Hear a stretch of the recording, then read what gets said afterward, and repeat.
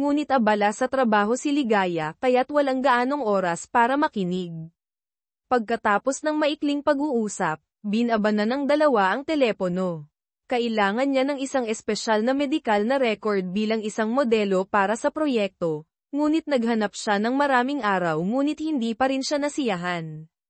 Kaya't ibinigay ni Kahel ang kanyang medikal na record sa kanya, ngunit kasabay nito ay hiniling niya na huwag ipalaganap sa labas upang malaman ng iba na ang CEO ng Alitaptap Group ay nagkaroon ng malubhang sakit sa puso kaya't magbabago ang presyo ng stock ng kumpanya.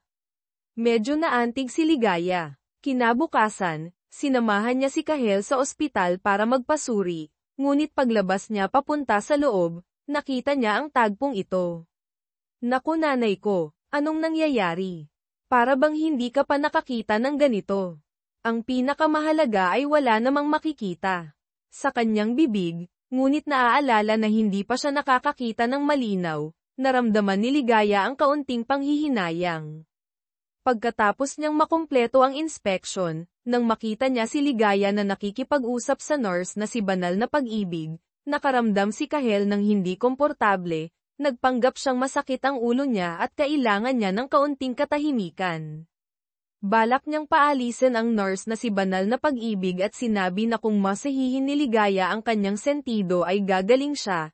Hindi niya inaasahan na umalis si Ligaya kasama ang nurse na si Banal na Pag-ibig, na nag-iwan sa kanya ng ganap na tahimik na espasyo. Nasuran ng bait si Kahel sa pagkakataong ito. Ngunit lumalabas na bumili ng tsokolate si Ligaya, gustong kumain si Kahel ng matamis. Nagmamadaling naghintay si Kahel at lumabas para hanapin siya, ngunit hindi niya inaasahan na matutuklasan na tumatanggi ang nurse na si Banal na Pag-ibig sa paghabol ni Lila ng dagat, at ang dahilan ay dahil mayroon na siyang ibang gustong babae.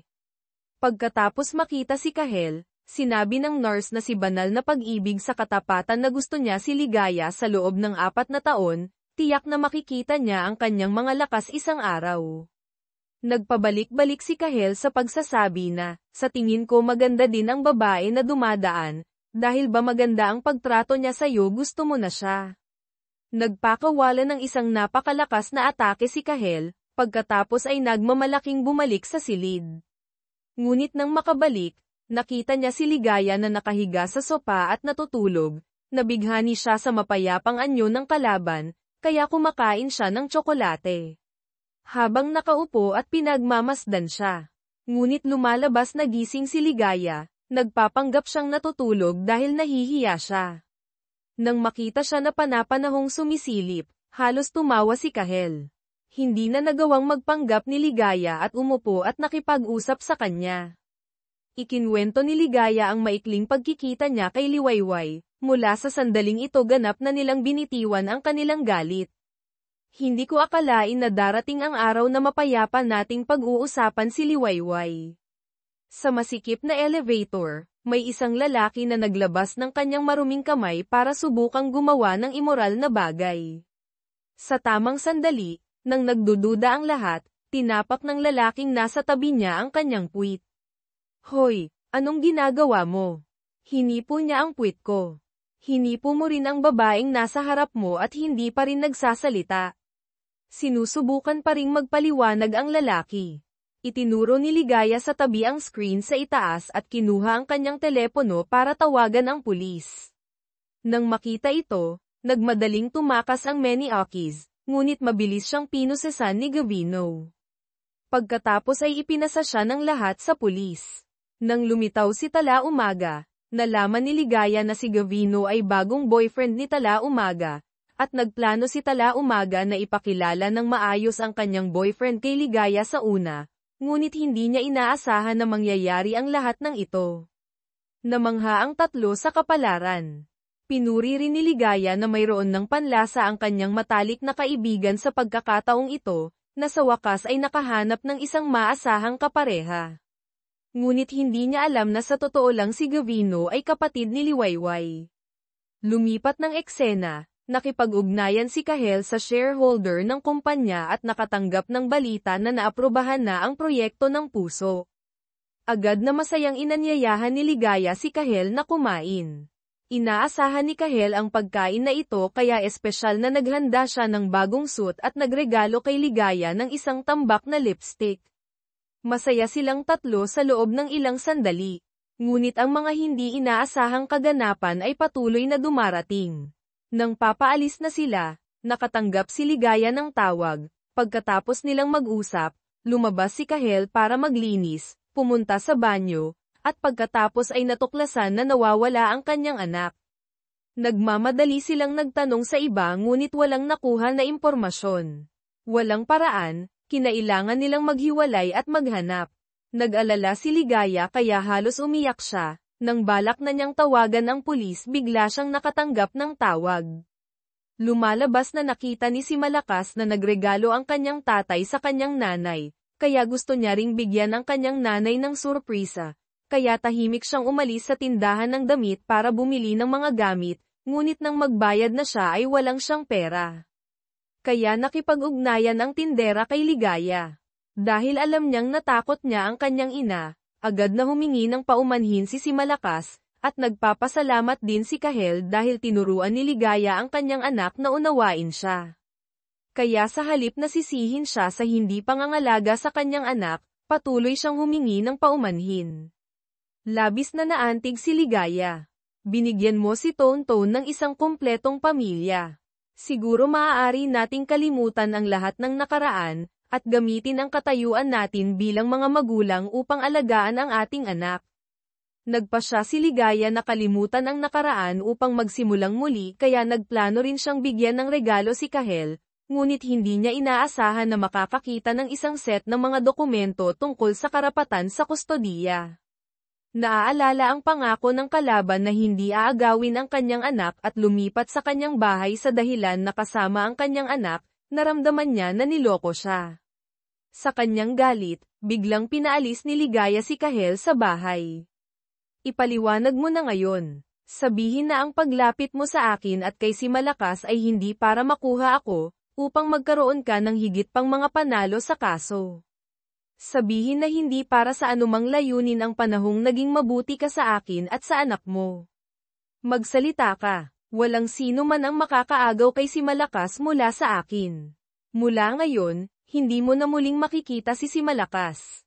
Hindi makapagsalita si Kahel. Sa katunayan, hindi lamang niya gusto na makuha ang karapatan sa kustodiya, gusto niya ring bumalik kay Ligaya, ngunit dahil sa kasama niya ang isang babong teammate kaya sa huli ang lahat ay nagiging magulo. Bilang resulta, patuloy na nangyayari ang mga hindi pagkakaunawaan. Sinabi ng chairman na kung gusto niya si Malakas, kailangan niyang tiyakin na makukuha niya ang mga karapatan sa kanya. Pagbalik sa villa, hindi mapalagay si Kahel, at kahit hating gabi ay hindi pa rin siya makatulog. Alam ni Happy na sinira niya ang mga bagay-bagay, kaya pinayuhan niya siya na huwag mag-alala, hintayin si Ligaya na kumalma at pagkatapos ay ipaliwanag ng mabuti. Hindi inaasahan, napakatigas pa rin ang ulo ni Kahel, patuloy na itinanggi. Ayoko nang tumira sa kanyang maliit na bahay matagal na. Hindi rin naman ako nagkamali, ngunit nang makita niya ang maluwang ngunit walang laman na villa, kahit na hindi pa nagagamit ang swimming pool sa likod bahay ng isang beses, bigla siyang nakaramdam ng galit, kaya hiniling niya kay Happy na palitan ang lahat ng mga bagay na ito. Pagkatapos, dahil hindi na niya matiis, sa wakas ay bumitaw na siya sa kanyang mayabang na ugali at pumunta kay Ligaya upang magpaliwanag, ngunit natuklasan niyang nakalive na siya, marahil ay dahil may sakit siya. Nakita ito ng nurse na si Banal na Pag-ibig, kaya't pareho silang nagpunta sa bahay ni Ligaya. Bilang resulta, sa pagkakataong ito ay naiwang nakatingin si Kahel sa labas, at masayang pumasok si Nurse Banal na Pag-ibig. Nang makitang medyo naguluhan ang nurse na si Banal na Pag-ibig, sinabi ni Ligaya ang totoo. Nang makita ito, mabilis na sinabi ng nurse na si Banal na Pag-ibig na mayroon siyang pasyente na may anak na dalubhasa sa paglutas ng mga ganitong uri ng accessories, kung kailangan niya, tutulungan niya siyang makipag-ugnayan. Agad na nagpasalamat si Ligaya. Sinabi ulit ng nurse na si Banal na Pag-ibig na ang mga hukom ay magkakaroon ng tendensya na ibigay ang bata sa mga magulang na may masayang pamilya, kung kailangan nila, Maaari silang magpanggap na magpakasal pagkatapos nilang makuha ang mga karapatan sa kustodiya at pagkatapos ay magdiborsyo. Ngunit ang alok na ito ay tinanggihan ni Ligaya dahil ayaw niyang samantalahin ang iba at itinuring lamang siyang isang matalik na kaibigan, ngunit ikinalungkot naman ito ng nurse na si banal na pag-ibig. Ligaya, kailan mo maiintindihan na ayokong ituring mo akong isang matalik na kaibigan? Napansin ng Technology Summit ang proyekto ng puso. Nagpadala ang organisasyon ng imbitasyon kay Ligaya, gusto siyang magsalita sa entablado, hindi niya inaasahan na ilalabas ng general manager ang nangyari sa party upang sabihin, gustong ibigay ang pagkakataong ito kay Alfonso. Ang pagkawala ng mukha sa Shinshin ay okay lang, ngunit kung mawala ng mukha sa High-Tech Summit, ano pang mukha ang matitira sa samahan ng puso? Gusto niyang ipasa ni Ligaya ang pagkakataong magsalita kay Alfonso, na ikanadiri ni Ligaya. Agad niyang sinagot ang imbitasyon sa kanyang pangalan. Kung hindi mo ako papayagang pumunta, huwag na kayong pumunta. Sa pinakamarami, mawawala ang pagkakataong ipakita ng kumpanya ang lakas nito. Walang paraan si Hahaizun para talikuran ang marumi niyang plano. At sa kabilang banda, nakatanggap din si Kahel ng imbitasyon. Nang makita si Happy na abala sa pag-aayos ng damit para sa kanya, hinipo niya ang kanyang puwit na sinasabi na, ilang araw pa bago ang pagbubukas, bakit ang aga mong mag-alala? Ngunit nang pumunta siya sa kumpanya ni Samahan ng Puso para hanapin si Ligaya, nakatanggap siya ng balita na umalis na siya. Sa ngayon ay nag-aalala na siya dahil kumuha na siya ng isang abogado upang maghanda ng isang dokumento upang makipagkasundo kay Ligaya, kaya agad siyang nag-utos sa kanyang assistant na bumili ng tiket ng eroplano. Habang nasa eroplano si Ligaya kasama si Malakas, nakatanggap siya ng balita na na-upgrade na siya sa business class. Pagkababa niya ng eroplano, ginamo siya ng hotel, maraming bagay na nakakapagtaka kaya nagduda siya, at agad na tumanggi sa kabutihan ng kalaban. Nang dumating si Kahel, nalaman niya na wala si Ligaya dito, medyo nadismaya siya. Alam kong hindi madaling lokohin siya. Tiningnan ni Kahel ang nakahandang mga dokumento at lumabas para hanapin si Ligaya. Hindi niya inaasahan na hahalikan siya ng isang tumatakbong tao sa pisngi, at ang mas nakakaawa pa, nakita ni Ligaya ang pagkabigla niya. Nagmamadaling bumalik si Kahel para magpaliwanag sa mag-ina, lumalabas na ang humalik sa kanya ay ang kanyang adoptive sister na si Cindy. Si Cindy ang presidente ng Alitaptap Group, naninirahan sa ibang bansa sa buong taon, alam niya ang idiom na 4 na titik ngunit hindi niya ito ginagamit ng tama, na nagiging dahilan para ituwid ni Malakas sa kanya ng maraming beses, ngunit habang lalo siyang gumagamit ng maling paraan, lalo siyang nasisiyahan. Nang pag-usapan ang karapatan sa kustodiya kay Ligaya, gumawa muli ng pagkakamali si Cindy, na nagiging dahilan para dagdagan ni Ligaya ang kanyang hindi pagkakaunawaan. Kahel, ano bang sinasabi mong alamin ang kalaban para marami kang laban? Gusto kong maintindihan si Malakas. Kung ganoon, hindi mo nakakailanganin maghirap ng husto sa hinaharap, hindi na kailangan, kaya ko alagaan ang anak ko, hindi ko kayo kailangan. Cindy, alam mo ba ang ibig sabihin ng alamin ang kalaban para marami kang laban? Itinuturing ka ng kaaway ni Tue, mas masahol pa ngayon, hindi pa nalulutas ang lumang puot at nadagdagan pa. Walang magawa si Kahel kundi ang uminom para maibsan ang kanyang kalungkutan, hindi niya alam kung anong gagawin.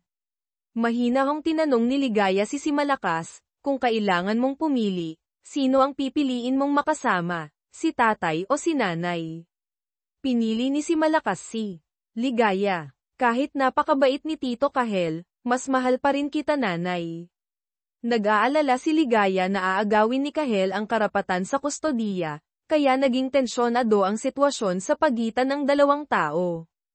Para linawin ang hindi pagkakaunawaan, kumuha si Kahel ng isang abogado para maghanda ng kontrata para ibalik ang karapatan sa kustodiya, ngunit humihiling na magkaroon ng karapatan na makita ang kanyang anak isang beses kada linggo.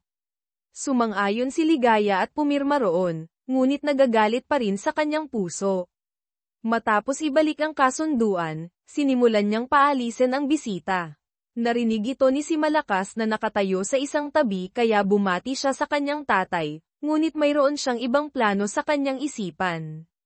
Nakipagkita si Malakas sa kanyang tatay kaya patuloy niyang hinihiling sa kanyang nanay na magkampang.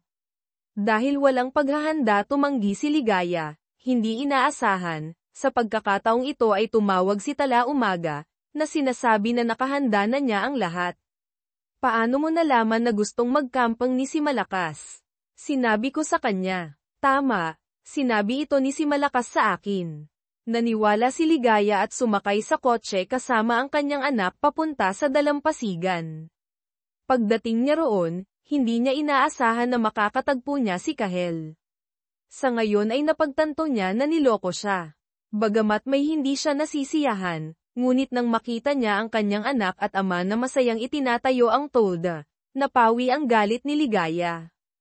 Ang relasyon na sinubukan niyang itulak palayo sa ilang paraan ay nakukuha lamang ng mas malapit. Hanggang hating gabi na sa wakas ay bumalik ang masayang pamilya ng tatlo. Nang maghanda silang bumalik sa kanilang silid, hindi inaasahan na makakatanggap si Ligaya ng tawag mula kay Tala Umaga na nag-aanyaya sa kanya na uminom. Kaya't dinala ni Kahel ang kanyang anak pabalik sa silid. Pagkatapos mag-usap ni Ligaya at Tala Umaga, pumunta sila kay Kahel, ngunit nakita nila na masaya ang mag-ama na naglalaro. Gusto pa ring maglaro ni si Malakas kaya hindi niya gustong umuwi kasama ang kanyang nanay. Walang paraan, kinailangan na lang maghanda ni Ligaya para sa kanyang speech bukas dito mismo, planong dalhin ang kanyang anak pagkatapos ng kalahating oras, ngunit bilang resulta, nakatulog siya pagkatapos ng ilang sandali. Tinitignan ni Kahel ang mapayapang mukha ng kalaban at hindi niya kayang gisingin siya, pagkatapos ay dinala niya siya pabalik sa silid. Nagulat na nagmulat ng mata si Ligaya. Sa pagkakataong ito, nasa harapan na niya ang oportunidad. Ang dalawang maligalig na puso ay nagsimulang unti-unting lumapit sa isa't isa. Ngunit palaging dumarating sa tamang oras ang mga hindi inaasahang pangyayari. Dahil sa aksyon ni si Malakas nagulat ang dalawa. Muntik na tayong magkaroon ng kapatid. Nag-ulo muli si Malakas. Nang marinig ni Ligaya na gusto na niyang dalhin ang bata pabalik sa silid, agad na sinabi ni Kahel na pupunta na siya. Aalis na ako, matulog na kayo. Nang marinig ang pag-aalala ng kalaban, naramdaman ni Ligaya ang kaligayahan. Ang Medical Professional Summit ay inaasahan na bubuksan ni Ligaya ang speech, ngunit bigla siyang ipinaalam na kanselado na ang kanyang speech. Lumalabas na natuklasan na ni buwan ng Mayo na magbubukas si Ligaya ng speech. Kaya't nakipagsabuatan si Kian sa taong namamahala sa organisasyon para kanselahin ang speech. Ngunit para kay Ligaya, napakahalaga ng pagkakataong ito, ang kakayahan niyang makakuha ng pagkilala sa industriya ay nakasalalay sa kasalukuyan, kaya sinikap ni Ligaya na makabalik at sinabi na babawasan niya ang oras sa 12 minuto, kahit na siya pa ang huling magsalita ay okay lang. At ubiling sumang-ayon ang taong namamahala. Hindi niya inaasahan na pagkatapos na magsalita ang lahat, direktang ipinahayag ng taong namamahala ang pagtatapos ng summit. Pagkatapos ay may isang piging ng alak para sa lahat na makipagpalitan at magkaroon ng mas malalim na pag-unawa. Biglang nabahala si Ligaya, na mabilis na tumakbo sa gitna ng bulwagan. Bago umalis ang lahat, nagtanong siya kung may taong palihim na gumagawa ng hindi kanais-nais para sinadyang pigilan siyang magsalita, at sinabi na ang kanyang talumpati ay aabot lamang ng 10 minuto. Sino mang interesado ay maaaring manatili para makinig. Kaya umupo muli ang lahat. Nang makita ito ng taong namamahala, kinailangan na lang niyang hayaan siyang gawin ito. Sa ganitong paraan, nakapagpahayag ng comfortable si Ligaya. Sa estilo ng pagtitiwala kasama ang detalyado at tumpak na data, mabilis niyang nakumbinsi ang kanyang mga kasamahan sa industriya. Nagpalakpakan din ng masigla ang dating kasintahan ni Ligaya na si Kahel at tinitignan siya na natutulala. Ang matagumpay na talumpati ni Ligaya ay nakatanggap ng suporta ng maraming kasamahan. Pagkatapos ay nagbigay sa kanya si Kahel ng isang ballgown para dumalo sa hapunan, Bagamat sinabi niya na hindi maganda ang kanyang pagpili ng damit, pero nang isuot niya ito, lubos siyang nagalak. Sa sandaling pumasok siya sa bulwagan, ginulat ni Ligaya ang lahat. Nang makita na ang mga kasosyo sa negosyo sa kanyang paligid ay isa-isang lumipat kay Ligaya, labis na hindi nasisiyahan si Kian at buwan ng Mayo, kaya nagsimula na namang maglaro ang 2 taong ito ng maruming trick. Sinadya ni buwan ng Mayo na makipag-usap kay si Malakas at pagkatapos ay hinawakan siyang mahigpit na nagpapahiyaw sa kanya na nakakuha ng atensyon. Pagkatapos nang dumating si Ligaya para protektahan ang kanyang anak, sinabi ni buwan ng Mayo, mahirap na alagaan ang iyong anak nang nag-iisa at balansehin ang iyong karera, ngunit nakakaawa ang bata. Ganto nakalaki at hindi pa rin alam kung sino ang kanyang tatay. Dahil sa mahabang pangungusap ni buwan ng Mayo, agad na naging hindi kaaya-aya ang pagiging single mom ni Ligaya. Kahit na tumayo si Tala Umaga para protektahan siya, mahirap na kumbinsihin ang lahat, na abala pa rin sa pag-uusap. Hindi matanggap ni Kahel na inaalipusta si Ligaya kaya agad siyang tumayo para sabihin na siya ang tatay ni si Malakas. Sa pagkakataong ito nagulat ang lahat, hindi rin inaasahan ni Kian ito. Nang makita si Kahel at Ligaya na naghawak kamay at umalis, ipinagmalaki ito ni Cindy at Tala Umaga. Ang astig di ba kapatid? Napakaganda ni Lila ng dagat, tama ba matalik kong kaibigan? Tiningnan ng nurse na si Banal na Pag-ibig ang story na ipinost ni Ligaya na kuha ng mag-ama na naglalaro sa dalampasigan. Natanto niya na kahit na anong mangyari sa 2 tao sa huli ay muling magkokonekta sila sa kanilang anak. Kaya't nakaramdam siya ng sobrang pagkadismaya, ngunit sa tamang sandali naputol ang kanyang linya ng pag-iisip ni Lila ng dagat.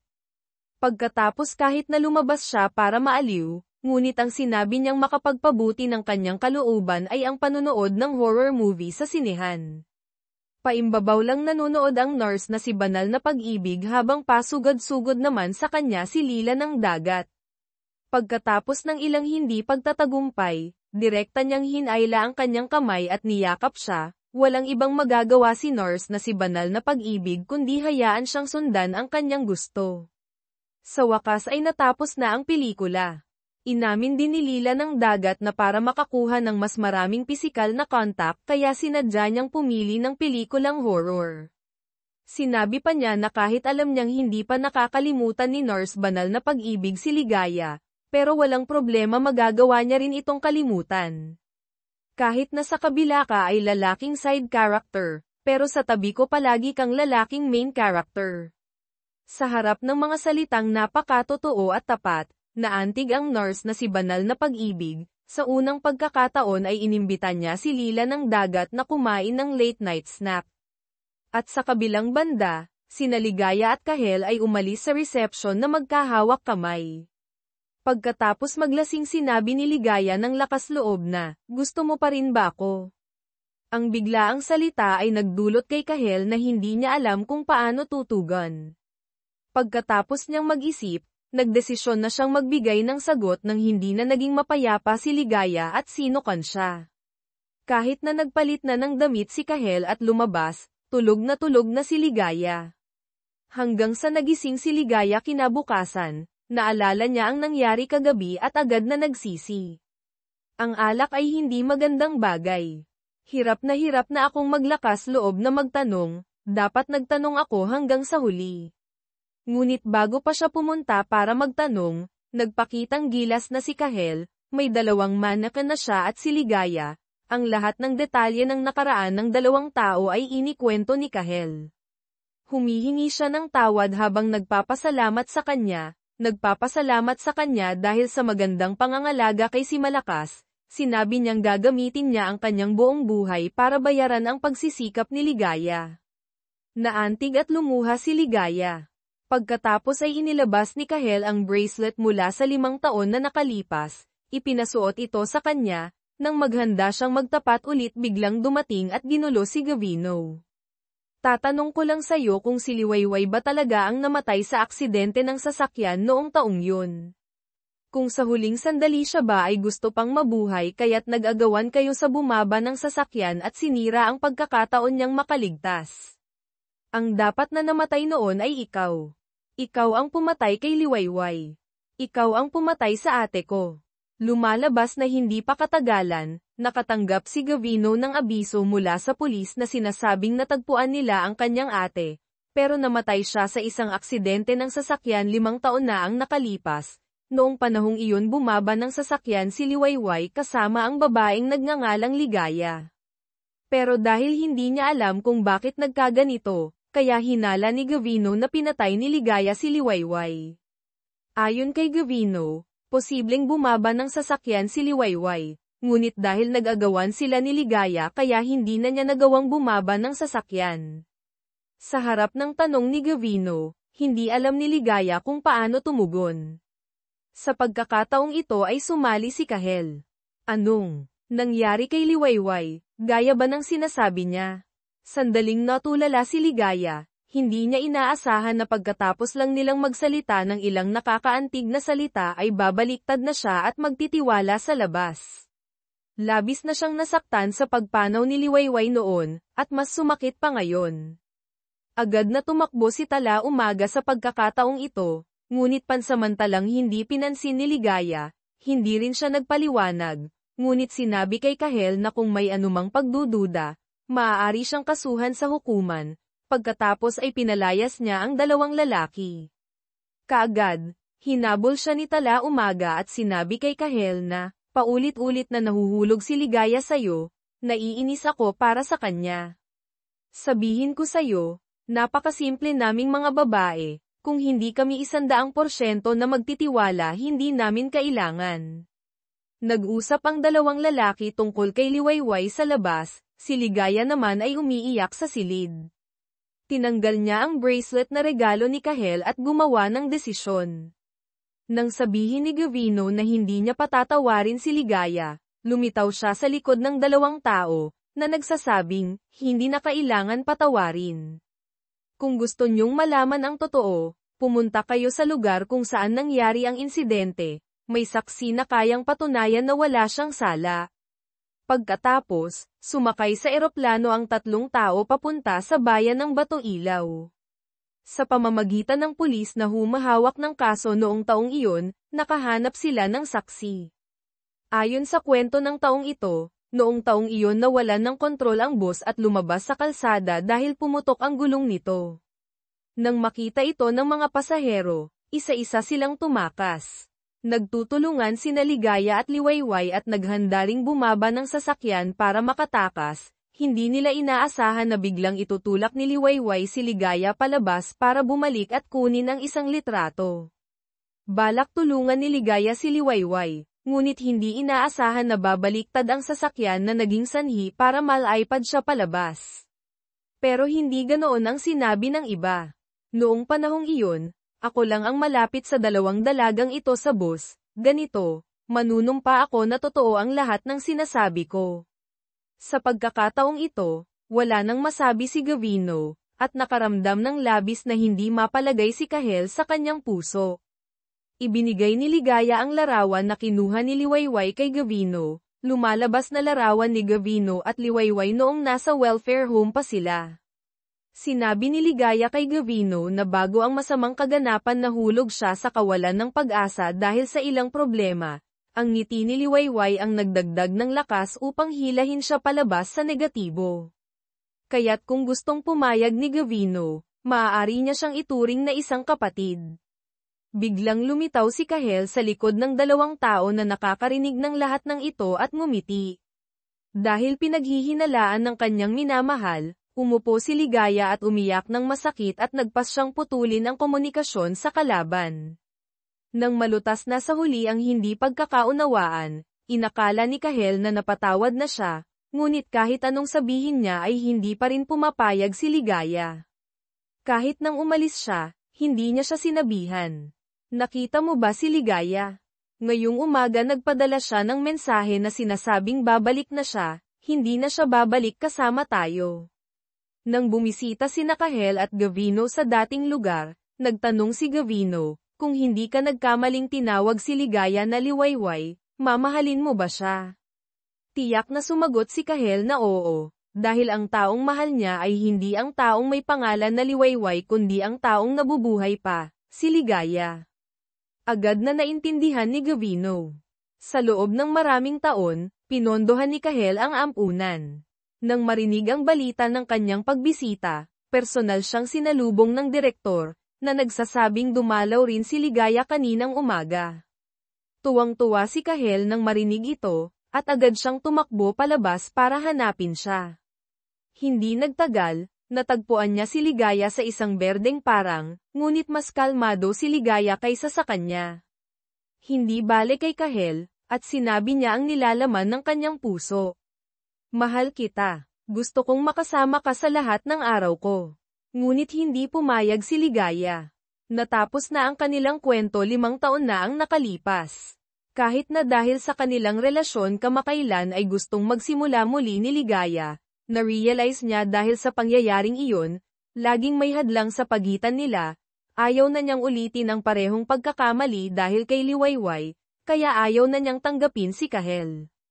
Simula ngayon, mga magulang lang tayo ni si Malakas, huwag na tayong magpaligoy-ligoy pa sa iba. Pagkatapos magsalita, tumayo si Ligaya at umalis, iniwan si Kahel na nakaupo doon ng mag-isa. Pagkauwi sa bahay, tinanong ni Nurse Banal na Pag-ibig tungkol sa kanila ni Kahel.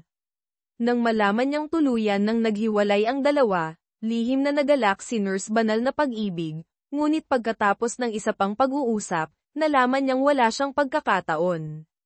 At sa kabilang banda, tinanggihan si Kahel ni Ligaya ngunit hindi pa rin sumusuko, at walang sawang nagpadala ng mga katanungan kay Ligaya.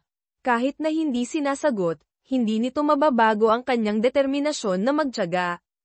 Hindi kita hinahanap para sa mga bagay na may kaugnayan sa trabaho, kaya paumanhin po kayo, General Tan, dahil ang relasyon natin ngayon ay trabaho lang, kaya wala akong obligasyon na sagutin ang mga bagay na hindi nauugnay sa trabaho. Paano kung nagtatampo ang kasintahan ko? Hindi pa alam ni Kahel kung tatawagin ba niya si Ligaya na kasintahan o dating asawa, dahil sa isang hanggal na pagkakamali ay kailangan niyang magbayad.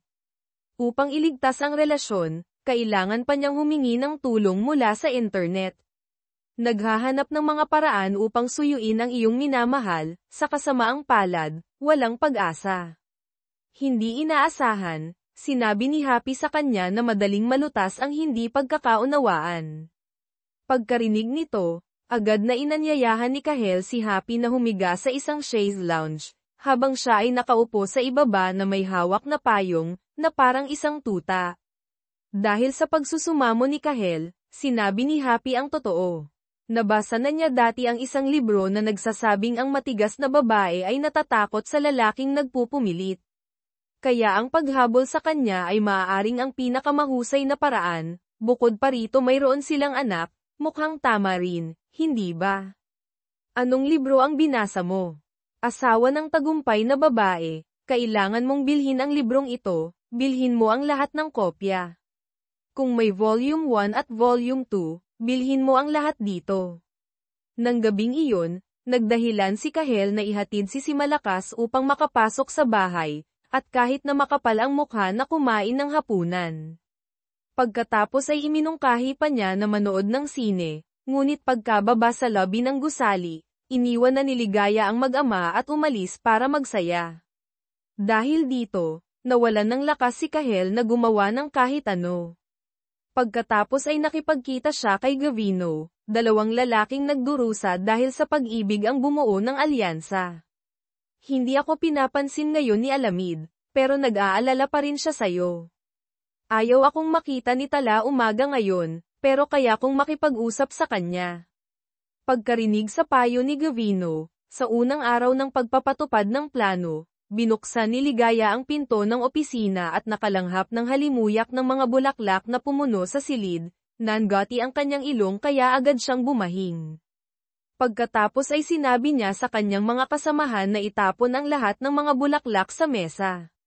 Sa ikatlong araw, nakita ni Ligaya ang mga salita ng pag-ibig na nagpangitngit sa kanyang mga ngipin, galit na galit siya kaya gusto niyang magmura sa isang tao.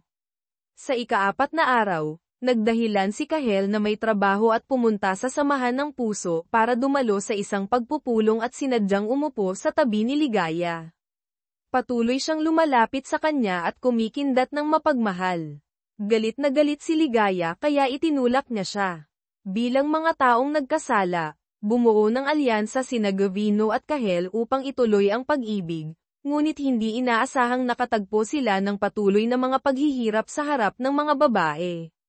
Wala ng paraan, pumunta ang dalawa sa bar para magpakalunod sa kalungkutan, humihikbi na lang sila. Kasabay nito, nagpalitan sila ng mga bagong pamamaraan ng panliligaw. Binigyan ni Kahel si Gavino ng isang lihim na libro, si Happy na mismo ang nagpatunay nito kaya kampante siya. Ang mga trick sa loob ay espesyal na ginagamit upang harapin ang mga babaeng tulad ni Tala Umaga. Sundin mo lang ito. At sinabi ni Gavino kay Kahel na walang babaeng makakayanan ang tukso ng abs, kung gusto mo siyang makuha, kailangan mong ipakita ang lakas ng isang lalaki. Pagkatapos, sa tulong ng kanyang anak na si Malakas, nagpakita si Kahel sa harap ni Ligaya. Anong ginagawa mo? Nahihiya si Ligaya, at hindi niya kayang tumingin kay Kahel sa buong gabi, natatakot na iisipin ng iba na pareho sila. At sa kabilang banda, hinarang ni Gavino si Tala Umaga sa parking lot, at itinulak siya sa harap ng hood ng kotse sa isang dominante na paraan. Malapit na siyang magtagumpay, ngunit biglang tumalon ang tatlong security guard na nagpatakot sa kanya kaya tumakbo siya palayo. Isang bigong pagtatangka ng pag-ibig. Sinisi ng dalawa ang isa't isa sa paggamit ng mga walang kwentang taktika. Sa panahong ito, nakaisip si Gavino ng bagong plano. Sinabi niya kay Kahel na humingi ng tulong kay si Malakas, pagkatapos ay maglaro ng trick na lumipat sa bahay ni Ligaya. Kung malapit ka, mas madaling umatake. Kaya pagka-uwi ni Ligaya mula sa overtime at pagpapahinga sa sofa, biglang lumitaw si Kahel. Nang marinig na gustong lumipat ni Kahel, halos mabaliw si Ligaya, at sinigawan pa niya si Malakas. Ngunit ang mahusay na pag-arte ng dalawang baguhang aktor na ito ay nagpawalang bisa sa kanya. Kawawa ang batang may magulang na naghiwalay, ang batang walang ama ay parang damo. Kung gayon ang amang walang anak ay parang damo rin, paano mo matitiis na paghiwalayin ang dalawang damo? Nang makita si Kahel na umarte na parang baliw, walang nagawa si Ligaya kundi ibigay ang bahay sa kanya at umalis. Pagkaalis ni Ligaya, nag-usap ang mag-ama. Saan kaya pupunta si Ligaya?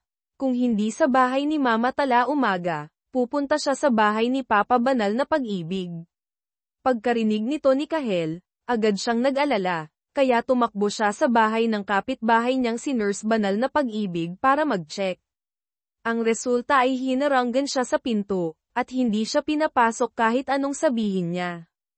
Pagkatapos ay direktang isinara ni Nurse Banal na Pag-ibig ang pinto. Galit na galit si Kahel kaya bamulong siya ng mga mura, ngunit lumalabas na si Nurse Banal na Pag-ibig ay natatakot na makita ng kalaban ang regalo ni Lila ng dagat at pagtawanan siya kaya hindi niya siya pinapasok. Kasabay nito, umiinom ng alak si Ligaya at ang kanyang matalik na kaibigan na si Tala Umaga. Mukhang nakaka-relax, ngunit sa totoo lang, puno rin sila ng mga problema. Isang bigong pagtatangka ng pag-ibig. Sinisi ng dalawa ang isa't isa sa paggamit ng mga walang kwentang taktika. Sa panahong ito, nakaisip si Gavino ng bagong plano. Sinabi niya kay Kahel na humingi ng tulong kay si Malakas, pagkatapos ay maglaro ng trick na lumipat sa bahay ni Ligaya. Kung malapit ka, mas madaling umatake. Kaya pagka-uwi ni Ligaya mula sa overtime at pagpapahinga sa sofa, biglang lumitaw si Kahel. Nang marinig na gustong lumipat ni Kahel, halos mabaliw si Ligaya, at sinigawan pa niya si Malakas. Ngunit ang mahusay na pag-arte ng dalawang baguhang aktor na ito ay nagpawalang bisa sa kanya. Kawawa ang batang may magulang na naghiwalay, ang batang walang ama ay parang damo. Kung gayon ang amang walang anak ay parang damo rin, paano mo matitiis na paghiwalayin ang dalawang damo? Nang makita si Kahel na umarte na parang baliw, walang nagawa si Ligaya kundi ibigay ang bahay sa kanya at umalis. Pagkaalis ni Ligaya, Nag-usap ang mag-ama. Saan kaya pupunta si Ligaya? Kung hindi sa bahay ni Mama tala umaga, pupunta siya sa bahay ni Papa Banal na Pag-ibig. Pagkarinig nito ni Kahel, agad siyang nag-alala, kaya tumakbo siya sa bahay ng kapitbahay niyang si Nurse Banal na Pag-ibig para mag-check. Ang resulta ay hinaranggan siya sa pinto, at hindi siya pinapasok kahit anong sabihin niya. Pagkatapos ay direktang isinara ni Nurse Banal na Pag-ibig ang pinto. Galit na galit si Kahel kaya bumulong siya ng mga mura. Ngunit lumalabas na si Nurse Banal na Pag-ibig ay natatakot na makita ng kalaban ang regalo ni Lila ng dagat at pagtawanan siya kaya hindi niya siya pinapasok. Kasabay nito, umiinom ng alak si Ligaya at ang kanyang matalik na kaibigan na si Tala Umaga. Mukhang nakaka-relax, ngunit sa totoo lang, puno rin sila ng mga problema. Bumantong hininga si Ligaya. Bakit hindi kasing simple ang pag-ibig ng pag-code, sumulat lang ng isang programa at tatakbo ito ayon sa inaasahan. Nagreklamo si Tala Umaga tungkol sa kawalan ng kakayahan ni Gavino na mangaliw sa iba, habang mas nagsasalita sila, mas nalulungkot sila, kaya nagpa siya si Ligaya na tumutok sa trabaho. Trabaho lamang ang makakapagpawala ng lahat ng hindi pinapansin ni Kahel at si Malakas. Ngunit habang mas gusto niyang kalimutan, mas mahirap kalimutan, lalo na kapag laging nasa tabi niya si Kahel, kung hindi naghihintay sa bahay, naghihintay siya sa kumpanya, tinatanong pa niya kung nakasama niya si Nurse Banal na Pag-ibig kagabi. Pagkarinig nito ni Ligaya, nagpa siyang hayaan siyang magkamali hanggang sa huli. Ngunit hindi inaasahan, dumating si Tala Umaga para ibigay ang telepono na naiwan niya sa bahay niya kahapon, na nagpaliwanag ng katotohanan. Biglang sumaya si Kahel, umalis siya ng masigla. Pagkatapos ay sinuhulan niya ang mga kasamahan ni Ligaya para tulungan siyang ligawan siya, ngunit lumitaw si Ligaya sa likod niya at sinabihan siyang huwag mag-aksaya ng pagsisikap sa walang kabuluhan. Sinabi pa ni Tala Umaga na isasama niya si Ligaya sa isang blind date, gulat na gulat si Kahel. Ngunit nagpumilit pa rin siyang magpanggap, paano mo ako maloloko nito, hindi ba kita kilala? Sa simula pa lang hindi nag-iisip si Ligaya na pumunta sa isang blind date, ngunit dahil sa sinabi ni Kahel, nagbago siya ng isip. Sa sandaling nagrereklamo sina Kahel at Gavino, nag-video call si Malakas sa kanya, ipinapakita si Ligaya na pumipili ng mga damit para sa isang blind date. Agad na nag-alala sina Kahel at Gavino, mabilis na nag-isip ang dalawa ng paraan para pigilan ito. Hindi rin nagpatalo si Malakas, inayos niya ang kanyang mga teddy bear na parang nagtatayo ng pader, na naglalayong pigilan ang kanyang ina na lumabas para mag-blind date. At biglang tumawag si Kahel sa oras na iyon, sinasabing may emergency sa kumpanya kaya hindi niya masusundo ang anak niya. Walang nagawa si Ligaya kundi isama ang kanyang anak. Ngunit matagal na naghintay ang kanyang blind date ngunit hindi pa rin dumating. Tito Kahel, galingan mo. Ayaw ko talagang tawagin ang kahit sino bilang tatay. Pumunta si Ligaya sa isang blind date, nagtago si Kahel sa isang sulok kasama ang kanyang anak. Para guluhin ang petsa na ito. Nang dumating ang kanyang blind date, naging masama si Malakas, gustong ipakita sa taong iyon na mahirap siya at umatras. Bilang resulta, walang pakialam ang taong iyon, sinabi pa niya na gustong-gusto niya ang mga bata, nag-usap at nagtawanan ang dalawa. Nakaramdam ng labis na pagkadismaya si Kahel, patuloy siyang bumubulong, ilang minuto pa lang kayong magkakilala at nagtatawanan na kayo. Bakit hindi kita nakitang tumawa ng ganyan kapag kasama mo ako?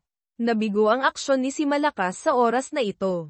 Hindi pa rin sumusuko si Kahel kaya siya na mismo ang kumilos, nagdahilan siya na may trabaho para hilahin si Ligaya pabalik sa kumpanya, ngunit hindi niya inaasahan na matuklasan ito ng kalaban.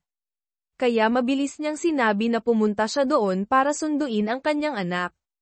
Pagkatapos ay agad na tumakbo si Kahel sa ikalawang palapag at sinundo si Malakas, ilang pangungusap lamang at Naples niya ang blind date ni Ligaya, na lubhang ikinainis niya. At sa kabilang banda, dahil gustong pigilan ni Gavino si Tala Umaga sa pagpunta sa isang blind date, sinunod niya ang payo ni Kahel, gumamit ng pangingikil para makuha ang awa ni Tala Umaga. Ngunit hindi niya inaasahan na mahulog siya sa kanyang bisikleta dahil sa pagmamadali. Bigla namang may isa pang gustong magkunwaring nasaktan tulad niya. Bilang resulta, nang hindi makapagsalita si Tala Umaga at gulat na gulat, lumitaw si Gavino para magligtas. Nang malaman ni Tala Umaga na dahil sa kanya kaya nahulog si Gavino, labis siyang nalungkot, tinulungan niya siyang gamutin ang kanyang mga sugat at pumayag na patawarin siya.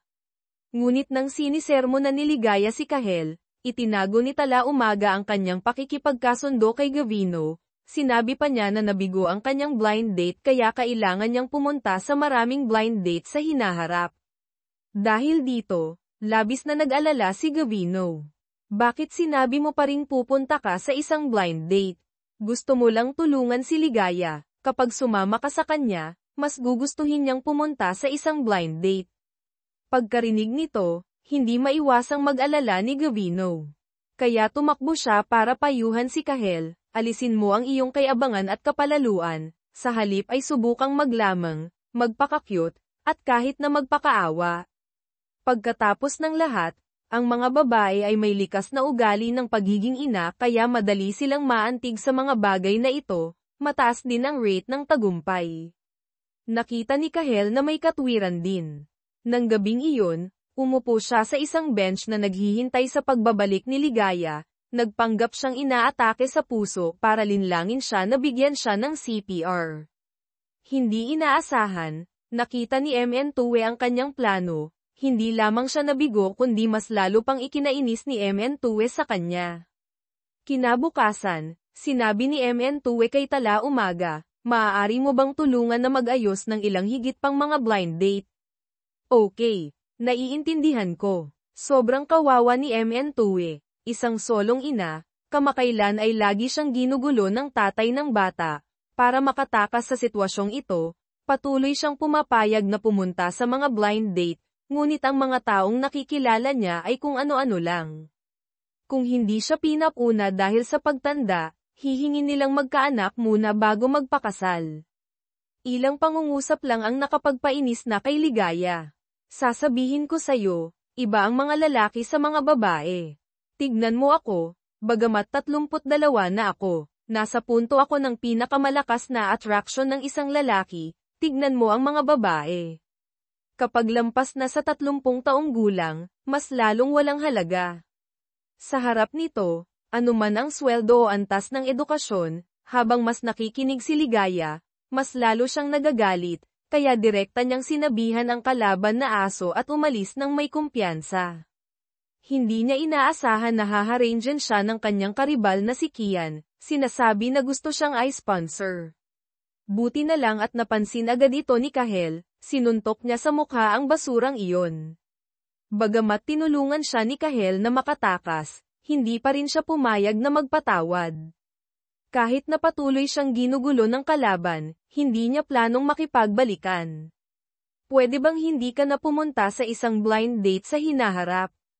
Okay, basta lumayo ka sa akin, hindi na ako pupunta. May kumpiyansang sinabi ni Kahel na liligawan niya siya. Subukan pa sana siya, hindi inaasahan, biglang hindi bumuti ang kanyang puso. Agad na nag-alala si Ligaya, ngunit tumawa ng pilit si Kahel at tinanong kung pwede siyang manatili sa tabi niya ng mas matagal, ngunit inisip ni Ligaya na nag-aarte siya. Hindi nagtagal, na-hospital si Kahel, ngunit ayaw pa rin niyang mag-alala si Ligaya. Nang kausapin niya si Malakas, nagsinungaling siya na nasa business trip siya sa ibang bansa, at espesyal siyang humanap ng isang background na litrato para linlangin si Ligaya. Hindi matiis ni Happy na nahihirapan ang kanyang boss kaya ipinagkanulo niya siya. Nang malaman ni Ligaya ang katotohanan, labis siyang nag-alala, at agad na dinala ang kanyang anak para dalawin siya.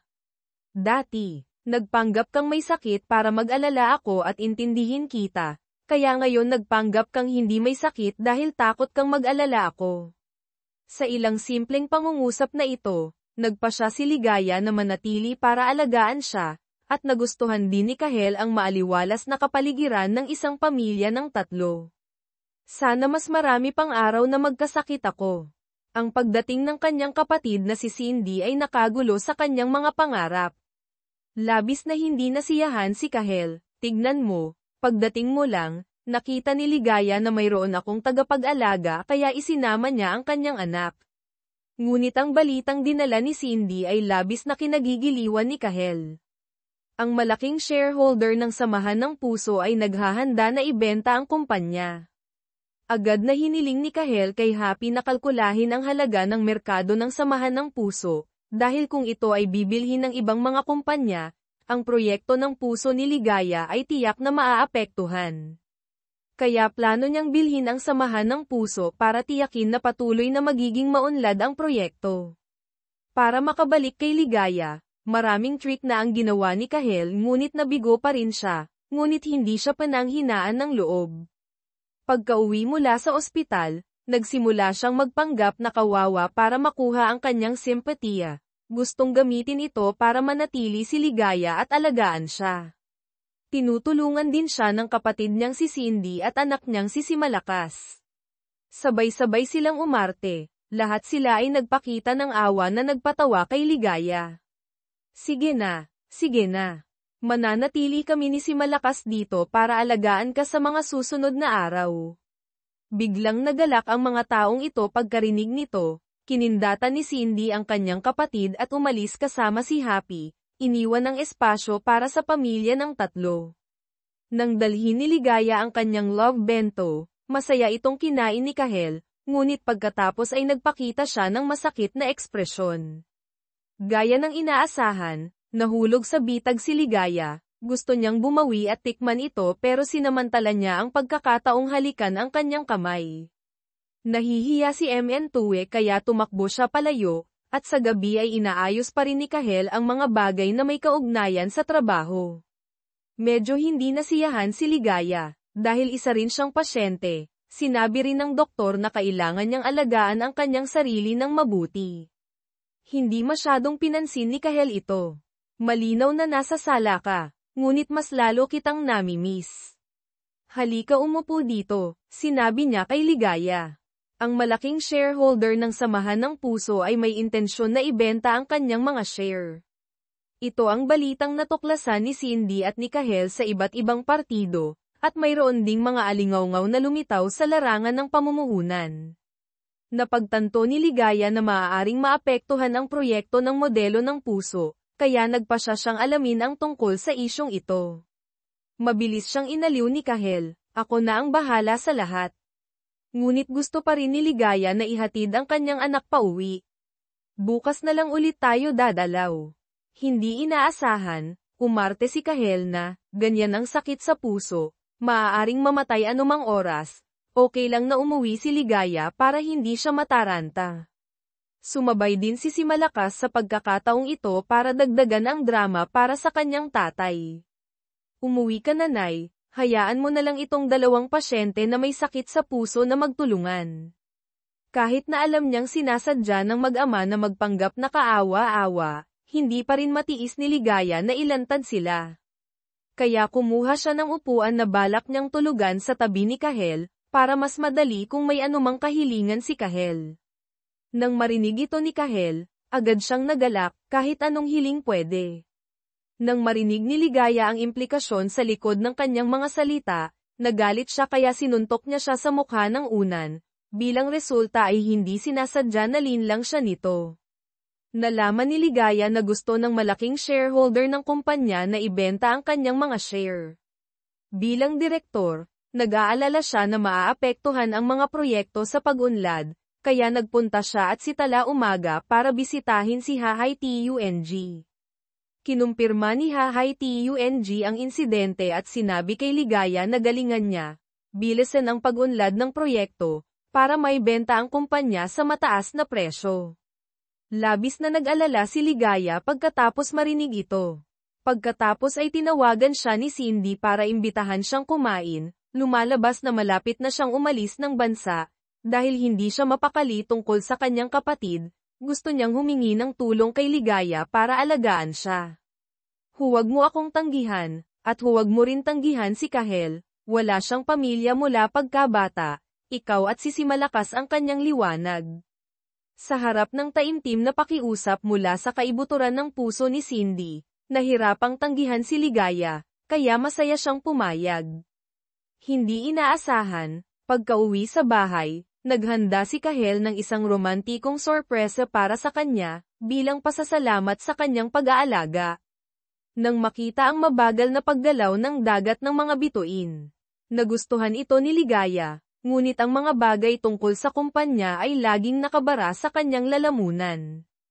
Nakita ni Kahel ang kanyang pag-aalala, kaya inaliw na naman niya siya, sundin mo lang ang iyong timeline. Ako na ang bahala sa iba, lagi akong magbabantay at mananatili sa tabi mo.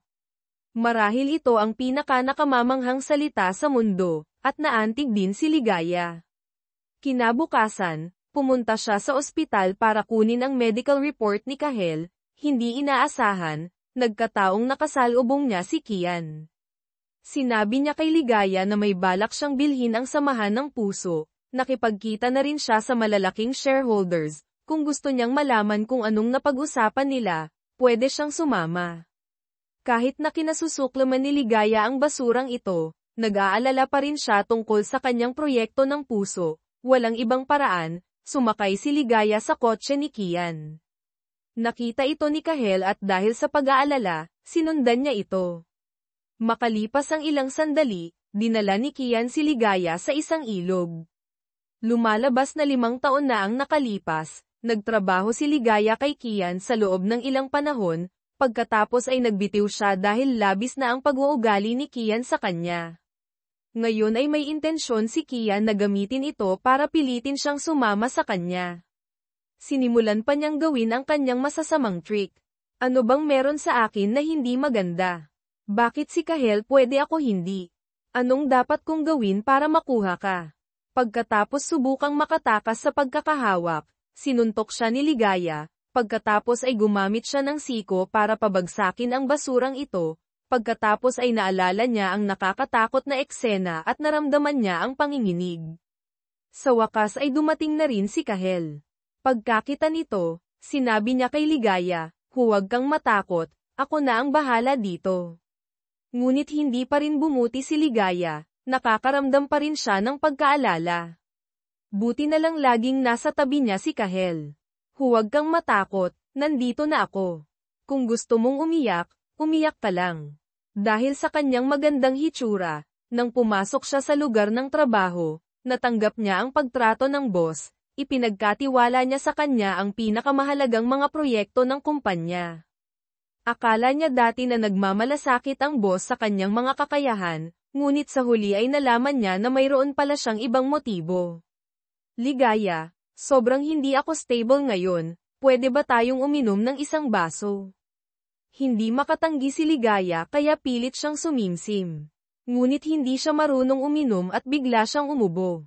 Sa oras na ito, biglang nagpanggap si Kian na nag-aalala, Direktor, parang hindi ko pa tapos ang pag-code, magpapalam ako. Gustong umalis ni Ligaya, ngunit wala siyang balak na palayain siya. Sa harap ng biglaang pag-uugali ng kanyang superior, sinubukan ni Ligaya ang kanyang makakaya para makatakas, pagkatapos ay sinampal siya. Nang tumakbo siya palabas, hindi niya inaasahan na mabangga ang kanyang kasamahang si Buwan ng Mayo sa pinto. Pagkatapos ay iniulat niya ang insidente sa tagapamahala ng Human Resources. Sinabi ni Buwan ng Mayo na magpapatotoo siya, ngunit sa huling sandali, ibinaligtad niya ang kanyang salita. Ang lahat ng magagawa natin ngayon ay yumuko sa katotohanan, lalo na kay Kian. Dahil sa mga salita ni Buwan ng Mayo, si Ligaya ay naging isang masamang babae, na gagawin ang lahat para makakuha ng promosyon. Pagkatapos malaman ni Kahel ang tungkol dito, sumiklab ang kanyang puot, ngunit nagtataka pa rin siya kung bakit sinadya niyang akitin si Kian sa nakaraang party. Sinabi ni Ligaya, dahil ang tatay niya ang nangungunang espesyalista sa operasyon sa puso, ang kondisyon ni si Malakas ay napakaseryoso sa oras na iyon, kaya ginawa niya iyon para pakiusapan si Kian na tulungan ang kanyang ama sa operasyon.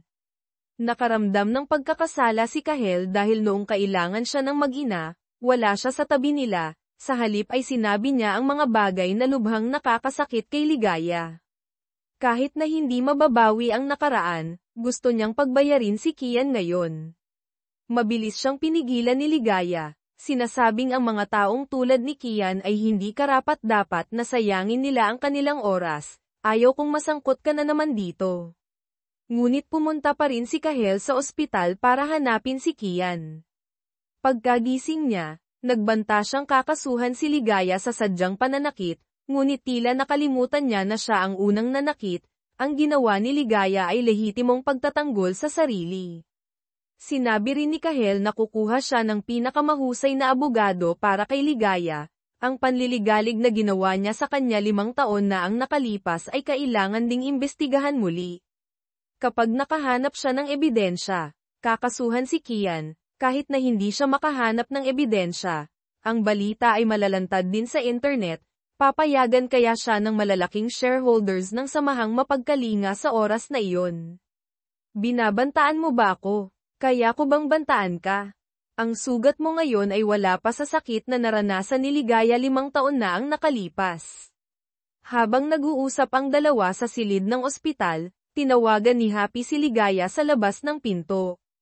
Pagkatapos nito, naantig si Ligaya sa pag-uusap sa pagitan ni Kahel at Kian na napaluha siya. Ako at si Ligaya ay nagmahalan ng labis at napuotan sa isa't isa, kaya sa mga susunod na araw, hanggat buhay ako, hindi pwedeng saktan ng kahit sino siya, kasama na ako. Boss, sa wakas nakamit mo na ang tamang resulta. Tama ka, hindi na tayo dapat mabuhay sa alaala. Sa wakas ay matagumpay na nakamit ni Kahel ang pagbabalik sa kanyang magandang asawa, nagtagpo muli ang dalawang magkasintahan. Ang gabing iyon ay magiging gabi na magpapatunay sa malalim na pag-ibig ng dalawa. Mula sa likod bahay hanggang sa pasilyo, hanggang sa kama, ang mga bakas ng kanilang pag-ibig ay nakakalat sa lahat ng dako. Pagkagising, ayaw pa rin ni Kahel na bumitaw, ngunit nang itaas ni Ligaya ang kanyang ulo, biglang lumaki ang kanyang mga mata. Lumalabas na nakatayo si Malakas sa dulo ng kama. Sobrang sama niyo mga magulang. Si Malakas ay labis na hindi nasisiyahan, natutulog kayong dalawa nang hindi niyo siya sinasama, labis ba ang bata ngayon? Sumingit si Malakas sa gitna, inaangkin ang pag-ibig ng kanyang tatay. Nakalulungkot na nagseselos si Ligaya, hinailan niya ang kanyang anak. Maingat na naghanda ng almusal si Kahel para sa buong pamilya, gusto niya ring lumipat si Ligaya at ang kanyang anak para tumira dito. Ngunit kahit gaano niya kamukha si Ligaya, hindi pa rin siya nakikinig, kaya kinailangan niyang lumipat sa bahay niya.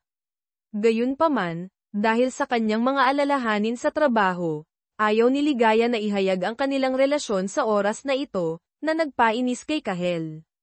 Kaya dali-daling inaliw siya ni Ligaya, kaya sa hinaharap sa labas susundin kita, sa bahay din.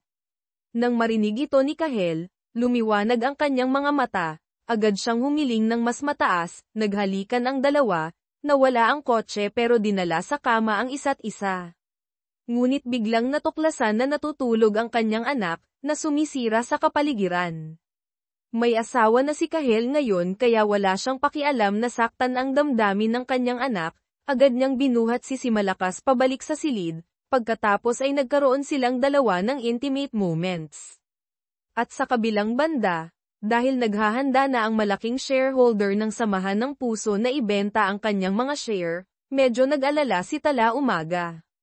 Sumali siya sa Samahan ng Puso pagkatapos niyang magtapos sa kolehiyo, nagtrabaho siya ng husto para makuha ang kasalukuyang posisyon ng Vice President. Sa pagbabago ng shareholders sa hinaharap, makakapagtatrabaho pa rin kaya siya sa Samahan ng Puso. Ang lahat ng mayroon ako ngayon ay dahil sa Samahan ng Puso. Nagkakamali ka. Hindi ikaw ang nakatulong sa Samahan ng Puso para maging ganito, kundi ang Samahan ng Puso ang nakatulong sa'yo para maging ganito. Pagkatapos ng paliwanag ni Gavino,